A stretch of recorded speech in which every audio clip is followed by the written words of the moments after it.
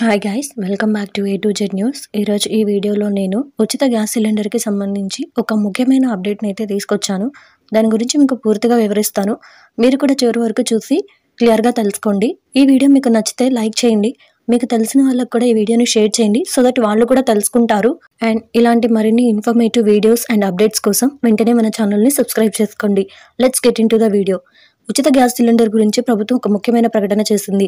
So మనకి రేపటి వరకే అవకాశాన్ని కల్పిస్తూ ఒక ఆమోదనను అందించింది. దాని గురించి మీకు ఇప్పుడు ఈ వీడియోలో వివరిస్తాను. దీపం 2 పథకం కింద 2వ విడతలో ఉచిత గ్యాస్ సిలిండర్ బుక్ చేసుకునే అవకాశం జూలై 31తో ముగియనుంది. గడువు దాటిన తర్వాత బుక్ చేసుకోవడం కుదరదు. 3వ విడత ఉచిత సిలిండర్ను ఆగస్టు 1 నుంచి నవంబర్ 30వ తేదీలోపు బుక్ చేసుకోవాలి. గ్యాస్ బుక్ చేసుకున్న 48 గంటల్లోగా లబ్ధిదారులకు ప్రభుత్వం రాయితీ డబ్బును జమ చేస్తుంది. అటు బ్యాంక్ వివరాలు సరిగ్గా లేకపోవడంతో 86,000 మందికి రాయితీ డబ్బులు జమ కాలేదని ప్రభుత్వం గుర్తించింది.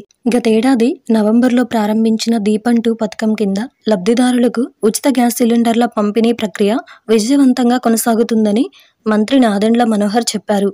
ఉచిత గ్యాస్ సిలిండర్ల రాయితీ సొమ్మును ఇక నుంచి ముందుగానే లబ్ధిదారుల బ్యాంక్ అకౌంట్లో జమ చేసే ప్రక్రియను ప్రారంభించేందుకు ఎన్టీఆర్, కృష్ణా జిల్లాల్లో పైలట్ ప్రాజెక్ట్ అమలు చేసినట్లు మంత్రి తెలిపారు.